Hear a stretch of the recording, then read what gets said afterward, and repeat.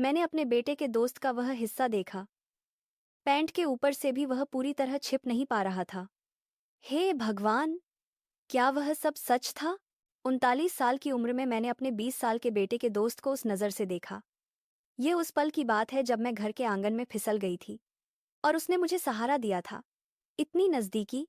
आर्यन की बाहों पर उभरी हुई मांसपेशियां और मेरी नज़र अनजाने में नीचे चली गई। मुझे अपनी आंखों पर विश्वास नहीं हुआ। जीन्स के ऊपर से भी उसका आकार और उभार इतना स्पष्ट था। ये सब क्या है? अपनी 20 साल की शादीशुदा जिंदगी में मैंने ऐसा आकार कभी नहीं देखा था। अब मैं जो कहानी सुनाने जा रही हूँ, वह एक ऐसी औरत की है जिसका यौवन 19 साल की उम्र में छीन लिया गया था और जो 39 साल की उम्र में पहली बार एक असली औरत बनी। अगर आप इस वीडियो को अंत तक देख रहे हैं, तो अभी सब्सक्राइब और लाइक का बटन दबा दें। एल्गोरिदम इस वीडियो को और लोगों तक पहुंचा सकता है, नहीं तो आप इस कहानी का अंजाम कभी नहीं जान पाएंगे। मैं सुनीता हूँ, उम्र 39 साल। और यह एक वर्जित प्रेम की शुरुआत है। मैंने अपने कमरे का दरवाज़ा बंद किया और बिस्तर पर धम्म से बैठ गई। मेरा दिल जोर जोर से धड़क रहा था। मैंने अभी क्या देखा? मेरे हाथ कांप रहे थे। मेरा चेहरा शर्म और उत्तेजना से लाल हो रहा था। आर्यन मेरे बेटे राहुल का दोस्त था। एक ही उम्र, 20 साल, मुझसे 19 साल। छोटे लड़के को ऐसी नज़रों से देखना। क्या मैं पागल हो गई हूँ? पूरी तरह पागल। लेकिन वह दृश्य मेरे दिमाग से नहीं जा रहा था। जब वह मुझे उठाने के लिए झुका, तो हमारे बीच की वह नज़दीकी, उसकी पसीने की मर्दाना महक, उसकी बाहों की मजबूती। और जब मेरी नज़र नीचे गई, हे भगवान! पैंट के ऊपर से भी वह पूरी तरह नहीं ढक पा रहा था। वह क्या था? मेरे पूर्व पति रमेश? बहुत औसत थे। नहीं, औसत भी नहीं। मुझे बाद में पता चला कि वह बहुत छोटे थे। जब मैं 19 साल की उम्र में गर्भवती हुई थी, तो मुझे लगा कि बस यही सब कुछ होता है। 20 सालों में मुझे कभी संतुष्टि नहीं मिली। मुझे पता ही नहीं था कि संतुष्टि होती क्या है। लेकिन आज आर्यन को देखने के बाद, नहीं, मत सोचो सुनीता। लेकिन बार बार वही ख्याल आ रहा था। अगर वह सच है तो? क्या उसकी जीन्स ढीली थी? नहीं, वह एक फिटिंग वाली जीन्स थी। फिर भी वह इतना। मेरे सीने में कहीं गहरे में कुछ हलचल हुई। 39 साल की जिंदगी में मैंने ऐसा कभी महसूस नहीं किया था। एक औरत होने की जिज्ञासा। मैं सुनीता हूँ। इस साल 39 की हो गई। लेकिन मेरी जिंदगी में, मेरे अपने लिए जीने का समय सिर्फ पिछले 3 साल ही रहा है। 19 साल की उम्र में, जब मैंने 12वीं पास की ही थी और कॉलेज जाने के सपने देख रही थी, उसी बसंत में मेरे बॉयफ्रेंड रमेश के साथ एक गलती हुई और मैं गर्भवती हो गई। रमेश डर गया था।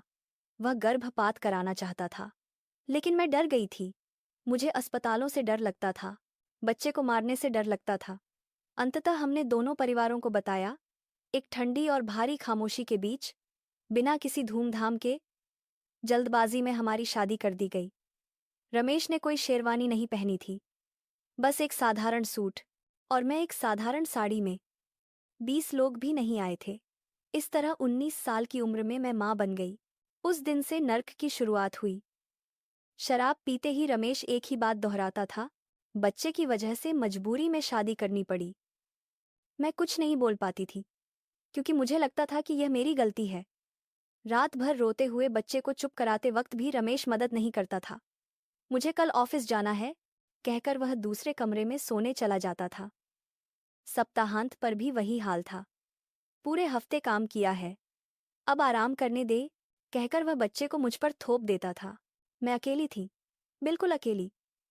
जब मेरी सहेलियां कॉलेज की जिंदगी मजे से जी रही थीं, डेटिंग कर रही थीं, मनाली और गोवा घूम रही थीं, तब मैं लंगोट बदल रही थी, दूध की बोतलें बना रही थी और रात भर बच्चे को लोरी गा रही थी। 20, 21, 22, 23, मेरी पूरी जवानी ऐसे ही गायब हो गई। रमेश और भी ठंडा होता गया। ऑफिस की पार्टी है, कहकर वह अक्सर रात के 12 बजे के बाद घर आता। कई बार तो सुबह आता, शराब की बदबू के साथ किसी और औरत के परफ्यूम की महक। लेकिन मैंने अनजान बनने का नाटक किया। नहीं, मुझे अनजान बनना ही पड़ा। मैं काम करना चाहती थी, आर्थिक रूप से स्वतंत्र होना चाहती थी। लेकिन रमेश ने मना कर दिया। तू कमाकर क्या उखाड़ लेगी? घर पर रह और बच्चे को देख, उसने कहा। घर के खर्च के लिए पैसे मांगती तो वह चिढ़ जाता। तुझे पता है पैसा कहाँ से आता है? कंजूसी से खर्च कर, वह चिल्लाता। ऐसे ही 10 साल बीत गए। जब मैं 29 की हुई तो मुझे पता चला कि रमेश की कोई दूसरी औरत है। यह संयोग था। रात को बाथरूम जाने के लिए उठी तो रमेश के फोन की लाइट जल रही थी। जिज्ञासावश देखा तो स्क्रीन पर किसी औरत का मैसेज था। मेरा दिल बैठ गया। हाथ कांप रहे थे, लेकिन मैंने पुरानी चैट पढ़ी। ये 3 साल से चल रहा था, शायद उससे भी पहले से। अगली सुबह जब रमेश उठा तो मैंने फोन उसके सामने कर दिया। वह घबराया नहीं, उसने बस स्वीकार कर लिया और कहा, तेरे जैसी औरत के साथ रहते रहते मेरा दम घुटने लगा था। उसके शब्द मेरे दिल को चीर गए। मैंने तलाक मांगा, लेकिन रमेश हंसा। तू कहाँ जाएगी? क्या करके खाएगी? कभी काम तो किया नहीं। लेकिन मैं तुरंत तलाक नहीं ले सकी।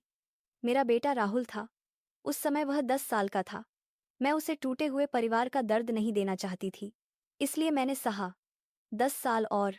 इस बीच रमेश के अफेयर चलते रहे। औरतें बदलीं या वही रही, मुझे नहीं पता। मुझे अब कोई फर्क नहीं पड़ता था। मैंने चुपके से काम करना शुरू किया। जब राहुल हाई स्कूल में गया, तब से दिन में एक बुटीक में हेल्पर, रात में टिफिन सर्विस का काम। रमेश मेरा मजाक उड़ाता था। इससे क्या कमा लेगी? समय की बर्बादी है। लेकिन मैंने हार नहीं मानी। 3 साल, 4 साल, 5 साल, मैंने थोड़ा थोड़ा करके पैसे जोड़े। राहुल 20 साल का हो गया। उसने कहा कि वह फौज आर्मी में भर्ती होने जा रहा है। तब मैंने फिर से तलाक की बात की। रमेश ने मजाकिया लहजे में कहा, अब इस उम्र में क्यों? लेकिन मैं नहीं डिगी। राहुल अब बड़ा हो गया था। मेरे पास सहने की कोई वजह नहीं थी। रमेश ने आखिरी बार अपनी घटिया हंसी के साथ कहा, अब तू बूढ़ी हो गई है, कौन देखेगा तुझे? 39 साल की तलाकशुदा औरत को। लेकिन मुझे फर्क नहीं पड़ा। तलाक के कागजात पर दस्तखत हो गए। 3 साल बीत गए। मुझे एक पल के लिए भी पछतावा नहीं हुआ, क्योंकि पहली बार मैं आज़ाद थी। मैंने अपनी कमाई से शहर के बाहरी इलाके में एक छोटा सा आंगन वाला घर किराए पर लिया। राहुल आर्मी ट्रेनिंग के लिए चला गया। जाने से एक दिन पहले राहुल ने कहा कि उसका दोस्त आर्यन कभी कभी आता रहेगा। माँ, तुम अकेली हो, अगर किसी चीज की जरूरत हो तो आर्यन मदद कर देगा, उसने कहा। पहले मैंने मना किया, कहा मैं संभाल लूंगी। लेकिन राहुल ने जिद की कि आर्यन बहुत नेक लड़का है। इस तरह आर्यन कभी कभी घर आने लगा, कभी फ्यूज बल्ब बदलने, कभी भारी सामान उठाने, कभी बगीचे की सफाई करने। शुरू में वह सिर्फ राहुल का दोस्त था, 20 साल का, राहुल की उम्र का। लेकिन आज, जब मैं आंगन में फिसली और उसने मुझे थामा, उस पल सब कुछ बदल गया। आर्यन का गठा हुआ सीना, मजबूत बाहें, और वह नज़ारा। जीन्स के ऊपर से भी वह साफ दिख रहा था। रमेश से तो कोई तुलना ही नहीं थी। क्या वह सच में? मेरा दिल तेजी से धड़कने लगा। मेरा चेहरा तप रहा था और मुझे एहसास हुआ, 39 साल की जिंदगी और 20 साल की शादी में मैंने कभी असली चीज नहीं देखी थी। मैं ये क्या सोच रही हूँ? आर्यन मेरे बेटे का दोस्त है। 19 साल छोटा बच्चा है, लेकिन मेरे अंदर, कहीं बहुत गहरे में, कुछ जाग रहा था। 19 साल की उम्र में खोई हुई मेरी जवानी 39 साल की उम्र में मुझे झकझोर रही थी। कुछ दिन बीत गए। उस घटना के बाद मैं आर्यन से कतराने लगी। उसके मैसेज आए तो मैंने व्यस्त होने का बहाना बना दिया। लेकिन शनिवार की सुबह दरवाजे की घंटी बजी। दरवाज़ा खोला तो आर्यन खड़ा था, हाथ में सफाई का सामान। राहुल ने कहा था कि आज आपकी घर की सफाई में मदद कर दूं, उसने मुस्कुराते हुए कहा। उसकी आवाज़ मेरी उम्मीद से कहीं ज्यादा भारी और मर्दाना थी। मुझे अपना चेहरा लाल होता महसूस हुआ। मैंने नजरें चुराते हुए दरवाज़ा खोल दिया। आर्यन अंदर आया। उसका लंबा चौड़ा शरीर मेरे छोटे से घर को और छोटा बना रहा था। जीन्स और सफ़ेद टी शर्ट में वह साधारण था, लेकिन मेरी नज़रें बार बार उस पर जा रही थीं। वह आप आराम कीजिए कहकर छत पर सफाई करने चला गया। मैं रसोई में चाय बनाते हुए बार बार ऊपर देख रही थी।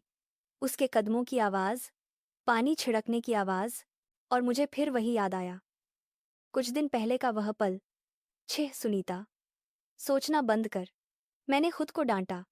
लेकिन दिल मान नहीं रहा था। करीब 20 मिनट बाद आर्यन पसीने से लथपथ होकर नीचे आया। पसीने से गीली टी शर्ट उसके बदन से चिपकी हुई थी। उसकी छाती का आकार साफ दिख रहा था। हो गया आंटी, उसने अपनी चमकदार हंसी के साथ कहा। मैंने उसे हाथ मुंह धोने को कहा, लेकिन उसने कहा ठीक है। वह सोफे पर बैठ गया। मैंने चाय का कप बढ़ाया। उसके पास जाते ही पसीने की गंध आई, लेकिन वह बुरी नहीं थी, बल्कि एक उत्तेजक मर्दाना गंध थी। मैंने शुक्रिया कहा। आर्यन ने धीरे धीरे चाय पीते हुए कहा, आंटी, मुझे आप बहुत अच्छी लगती हैं। मेरा दिल एक पल के लिए रुक सा गया, लेकिन उसने तुरंत सुधारा। मतलब, एक इंसान के तौर पर। 20 साल के लड़के की तरह उसका घबराना प्यारा था। थोड़ी देर खामोशी रही। फिर आर्यन ने पूछा, आप अकेले रहती हैं? आपको अकेलापन नहीं लगता? यह एक अप्रत्याशित सवाल था। मैंने पूछा, तुम ऐसा क्यों पूछ रहे हो? उसने कहा, बस, मुझे लगा आपको अकेलापन महसूस होता होगा। उसकी आंखों में एक सच्चाई थी, कोई चालाकी नहीं। मैंने माना कि अकेलापन लगता है, पर अब आदत हो गई है। तब आर्यन ने कहा कि वह भी अकेला महसूस करता है। दोस्त तो बहुत हैं, पर दिल की बात करने वाला कोई नहीं। 20 साल की उम्र में इतनी समझदारी भरी बात।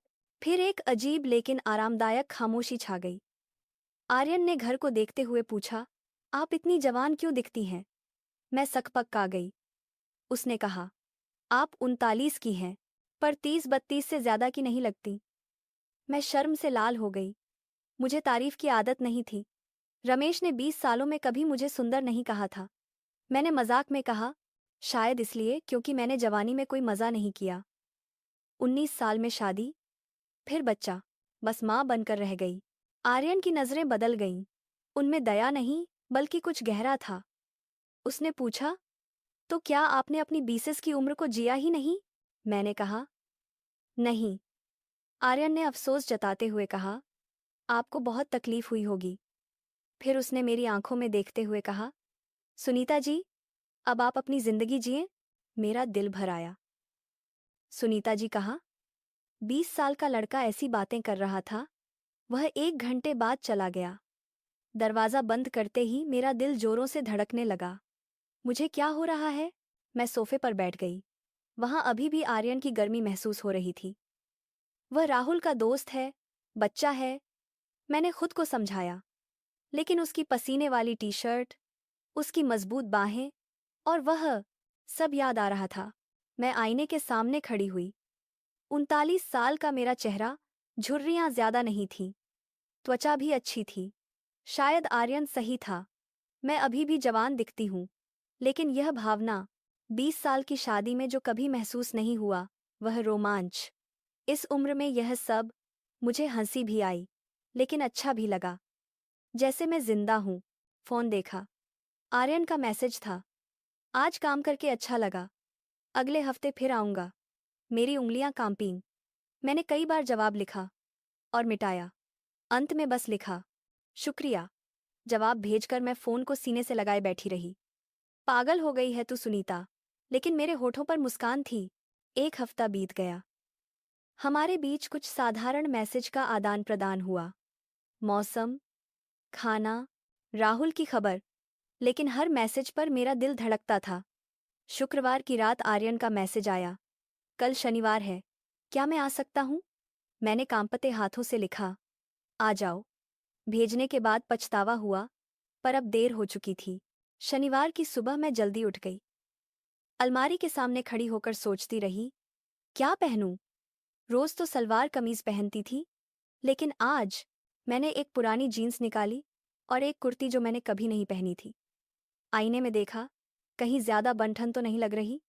खैर, मैंने हल्का मेकअप किया, लिपस्टिक की जगह लिप बाम लगाया। सुनीता, तू कर क्या रही है? खुद से पूछा, पर जवाब नहीं था। सुबह 10 बजे घंटी बजी। दिल उछलकर हलक में आ गया। दरवाजा खोला। आर्यन खड़ा था। आज वह काली टी शर्ट और जीन्स में था, और पता नहीं क्यों, आज वह और भी ज्यादा आकर्षक लग रहा था। नमस्ते, उसने अपनी जानलेवा मुस्कान के साथ कहा। मेरा दिल जोर से धड़का। उसने कहा कि आज वह ऊपर वाली खिड़की ठीक कर देगा जो जाम हो गई है। मैंने कहा कि वह बहुत भारी है, मैं भी मदद करूंगी। हम ऊपर वाले कमरे में गए। संकरी जगह में हम दोनों खिड़की को धक्का दे रहे थे। आर्यन ने जोर लगाया, उसकी बाहों की नसें तन गईं। बहुत टाइट है, वह बुदबुदाया। मैं उसके बगल में खड़ी होकर जोर लगाने लगी। अचानक खिड़की एक झटके से खुली और मेरा संतुलन बिगड़ गया। आह! मैं पीछे की ओर गिरने ही वाली थी कि आर्यन ने मुझे थाम लिया। उसकी एक बाँह मेरी कमर पर थी और मेरी पीठ पर। मुझे कुछ बहुत सख्त महसूस हुआ। हे भगवान! वह पेट नहीं था, वह और नीचे था। जीन्स के कपड़े के पार भी मुझे आर्यन की उत्तेजना साफ महसूस हो रही थी। आर्यन की सांसें भारी थीं। उसने पूछा, आप ठीक हैं? उसकी आवाज़ कांप रही थी। मैं भी कांप रही थी। मैंने कहा, हाँ, लेकिन आर्यन ने अपना हाथ नहीं हटाया। या शायद वह हटा नहीं पाया। और मैंने महसूस किया कि मेरी पीठ पर जो चुभ रहा था, वह और भी सख्त होता जा रहा था। आर्यन ने धीमी आवाज़ में मेरा नाम पुकारा, सुनीता। मेरा दिल पागलों की तरह धड़क रहा था। अगर मैं पीछे मुड़ी तो सब दिख जाएगा। मुझे डर लग रहा था, लेकिन एक अजीब सा नशा भी था। मैंने कहा, मैं ठीक हूँ। आर्यन ने झटके से हाथ हटाया। मैं मुड़ी। आर्यन का चेहरा एकदम लाल था और मेरी नज़र अपने आप नीचे चली गई। जीन्स के ऊपर तंबू जैसा खिंचाव साफ दिख रहा था। रमेश से इसकी कोई तुलना नहीं थी। वह सचमुच विशाल था। आर्यन ने तुरंत पीठ फेर ली और खिड़की की तरफ देखने लगा। वह शर्मिंदा था। उसकी आवाज़ कांप रही थी। मैं कुछ नहीं बोल पाई। उस दिन के बाद कई दिन तक आर्यन का कोई संपर्क नहीं हुआ। न मैसेज, न फ़ोन। मैं भी उसे कॉल नहीं कर सकती थी। मुझे लगा शायद वह शर्मिंदा है या मुझे गलत समझ रहा है। लेकिन मन में एक बेचैनी थी। एक हफ्ते बाद मैं बाजार से सब्जी और राशन लेकर लौट रही थी। थैले भारी थे। पीछे से आवाज़ आई, सुनीता जी। मुड़कर देखा तो आर्यन था। वह दौड़कर आया और मेरे हाथ से थैले ले लिए। हम साथ साथ घर की तरफ चले। एक अजीब खामोशी थी। घर पहुंचकर उसने थैले रसोई में रखे। वह जाने लगा तो मैंने उसे रोका। तुमने संपर्क क्यों नहीं किया? मैंने पूछा। आर्यन थोड़ा झिझका। फिर बोला, मुझे माफ़ कर दीजिए। मुझे बहुत शर्म आ रही थी। उस दिन जो हुआ, मैं अपनी भावनाओं पर काबू नहीं रख पाया। मेरा दिल पिघल गया। वाकई वह अभी बच्चा ही है। मैंने कहा, कोई बात नहीं, वह एक हादसा था। तुम भूल जाओ। आर्यन का चेहरा थोड़ा खिला। मैंने पूछा, खाना खाकर जाओगे? उसने हाँ में सिर हिलाया। मैंने जल्दी से दाल, चावल और सब्जी बनाई। साथ में मैंने फ्रिज से 2 बियर की कैन निकाली। मैं कभी कभी पीती थी। रमेश की रोक टोक के बाद यह मेरी छोटी सी बगावत थी। आर्यन हैरान हुआ। आप पीती हैं? मैंने हंसकर कहा, कभी कभी। तुम तो 20 के हो, पीते ही होगे? उसने हाँ कहा। हमने बियर पी। थोड़ी देर में बातचीत सहज हो गई। आर्यन ने बताया कि वह अपनी इंजीनियरिंग की पढ़ाई पूरी करके फौज में जाना चाहता है, लेकिन उसकी ज्वाइनिंग में अभी 2 हफ्ते बाकी हैं। 2 हफ्ते? मेरा दिल डूब गया। मतलब अब हम नहीं मिल पाएंगे? बियर खत्म होते होते हम दोनों के चेहरे लाल हो गए थे। आर्यन ने पूछा, आपकी कोई गर्लफ्रेंड है? आर्यन ने सिर हिलाया। नहीं, कभी नहीं बनी। क्यों? तुम तो इतने हैंडसम हो, मैंने पूछा। आर्यन उदास हो गया। उसने कहा, दरअसल मुझे एक कॉम्प्लेक्स है। कैसा कॉम्प्लेक्स? वह बहुत शर्माया। फिर धीमी आवाज में बोला, मेरा वह हिस्सा बहुत बड़ा है, असामान्य रूप से बड़ा। मेरा दिल धक से रह गया। उसने आगे कहा, स्कूल में लड़कों ने मुझे चेंजिंग रूम में देख लिया था। पूरे स्कूल में बात फैल गई। लड़कियां मजाक उड़ाती थीं और डरती भी थीं। कहती थीं यह तो दानव है। मुझे डर लगता है कि कोई लड़की मुझे स्वीकार नहीं करेगी। उन्हें दर्द होगा। इसीलिए मैं 20 साल का होकर भी आज तक वर्जिन हूं। उसकी आवाज में दर्द था। यह सुनकर मेरा कलेजा फट गया। प्यार पाने की उम्र में वह इस बात से डर रहा था। मैंने उसका हाथ पकड़ लिया। वह चौंका। मैंने कहा, यह कोई कमी नहीं है आर्यन। जब कोई तुम्हें सच में प्यार करेगा तो यह सब मायने नहीं रखेगा। सब ठीक हो जाएगा। उसने नम आंखों से पूछा, आपको डर नहीं लगता? मैं जवाब नहीं दे पाई। मुझे डर नहीं, बल्कि एक अजीब सी उत्सुकता हो रही थी। 20 साल के सूखे वैवाहिक जीवन के बाद मुझे लगता है मैं ठीक रहूंगी। मेरे मुंह से निकल गया। आर्यन की आंखें फैल गईं। सच में? मैंने सिर हिलाया। उसने मेरा हाथ कसकर पकड़ लिया। माहौल बदल गया। हवा में गर्मी आ गई। आर्यन की नजरें अब एक लड़के की नहीं, एक पुरुष की थीं। उस रात वह देर तक रुका। हम सोफे पर बैठे टीवी देख रहे थे, पर ध्यान टीवी पर नहीं था। हमारे हाथ एक दूसरे को छू रहे थे। एक रोमांटिक सीन आया और आर्यन की सांसें तेज हो गईं। उसने मेरी तरफ देखा। हमारी नजरें मिलीं। बिजली सी दौड़ी। आर्यन ने झुककर मेरे होठों को चूमा। यह एक कच्चा, अनुभवहीन चुंबन था, लेकिन इसमें बहुत शिद्दत थी। जब हम अलग हुए तो उसका चेहरा लाल था। सॉरी। मैंने उसके होठों पर उंगली रख दी। माफी मत मांगो। उसने मुझे फिर चूमा, इस बार गहराई से। उसका हाथ मेरी कमर पर आया और उसने मुझे अपनी ओर खींचा। मुझे फिर वही सख्त एहसास हुआ। इस बार मैंने पीछे नहीं हटा। सुनीता, मैं आपको पसंद करता हूं। पहले दिन से, उसने कबूला। पता था आप राहुल की मां हैं, पर रोक नहीं पाया। आप मेरे लिए सिर्फ एक औरत हैं, सबसे खूबसूरत। मेरी आंखों में आंसू आ गए। 20 साल में किसी ने मुझे यह नहीं कहा था। मैंने भी कहा, मैं भी तुम्हें पसंद करती हूँ आर्यन, पर मैं 39 की हूँ, 19 साल बड़ी। उम्र सिर्फ एक नंबर है, उसने कहा। आपने अपनी जवानी नहीं जी, अब जिए। उस रात हम मेरे बेडरूम में गए, अंधेरे में। जब कपड़े हटे और मैंने उसे देखा, हे भगवान, वह सचमुच विशाल था, मेरी कल्पना से भी परे। रमेश से 3 गुना बड़ा। आर्यन ने डरे हुए स्वर में पूछा, डर लग रहा है? मैंने कहा, नहीं, बस हैरान हूं। उसने कहा, वह बहुत धीरे करेगा। और उसने किया। शुरुआत में दर्द हुआ, वह बहुत बड़ा था, लेकिन उसने सब्र रखा। और फिर वह एहसास, वह पूर्णता, जो मुझे 20 साल में कभी नहीं मिली थी। उस रात मैंने जाना कि शारीरिक सुख क्या होता है। हम दोनों के लिए यह एक नई दुनिया थी। अगले 2 हफ्ते हमने हर दिन साथ बिताया। आर्यन रोज आता। हम बातें करते, हंसते और एक दूसरे में खो जाते। वह हर बार पूछता, आपको तकलीफ तो नहीं हो रही? और मैं कहती, बिल्कुल नहीं, मुझे आज तक ऐसा महसूस नहीं हुआ। उसमें आत्मविश्वास आ गया था। मैं 39 साल की उम्र में पहली बार खुश थी। लेकिन जाने का दिन आ गया। 2 हफ्ते बीत गए। आर्यन को ट्रेनिंग पर जाना था। हम डरे हुए थे। एक दिन मैं आर्यन के साथ बाजार में थी, तभी पड़ोस की शर्मा आंटी मिल गईं। अरे सुनीता, आजकल यह लड़का तुम्हारे साथ बहुत दिखता है। उन्होंने तंज कसा। बेटे का दोस्त है ना? इतनी रात तक तुम्हारे घर क्या करता है? मैं सकपक आ गई। वो मदद कर रहा है। आंटी की आंखों में शक था। बेटा तो फौज में गया है और दोस्त माँ की सेवा कर रहा है। लोग बातें बना रहे हैं सुनीता, अपनी उम्र का लिहाज करो। मैं घर आकर रो पड़ी। समाज की बातें शुरू हो गई थीं। अगले दिन रमेश पूर्व पति आ धमका, सुना है तूने नया यार बना लिया है? बेटे का दोस्त? छिह, 39 साल की होकर 20 साल के लौंडे के साथ? तुझे शर्म नहीं आती? मैंने उसे धक्के देकर बाहर निकाला, पर उसके शब्द जहर की तरह थे। शाम को आर्यन के माता पिता आए। उसकी माँ ने साफ कह दिया, मेरे बेटे से दूर रहो, उसकी जिंदगी मत बर्बाद करो। उसे फौज में जाना है, शादी करनी है। तुम उससे 2 गुनी उम्र की हो। मैं टूट गई। मैंने आर्यन को फोन किया और कहा, हमें यह खत्म करना होगा। तुम्हारे माता पिता सही कह रहे हैं। तुम्हारा भविष्य है और मैं एक बदनाम औरत हूं। आर्यन रोया, चिल्लाया, मैं आपके बिना नहीं जी सकता। लेकिन मैंने फोन काट दिया। यह उसके भले के लिए था।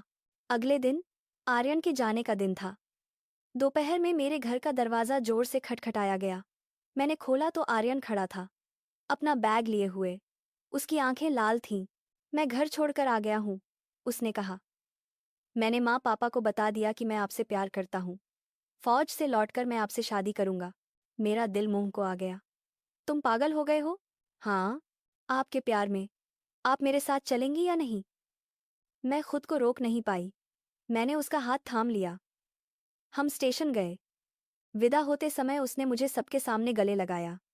मेरा इंतजार करना सुनीता, 2 साल बाद मैं आऊंगा। मैं इंतजार करूंगी, मैंने वादा किया। 2 साल बीत गए।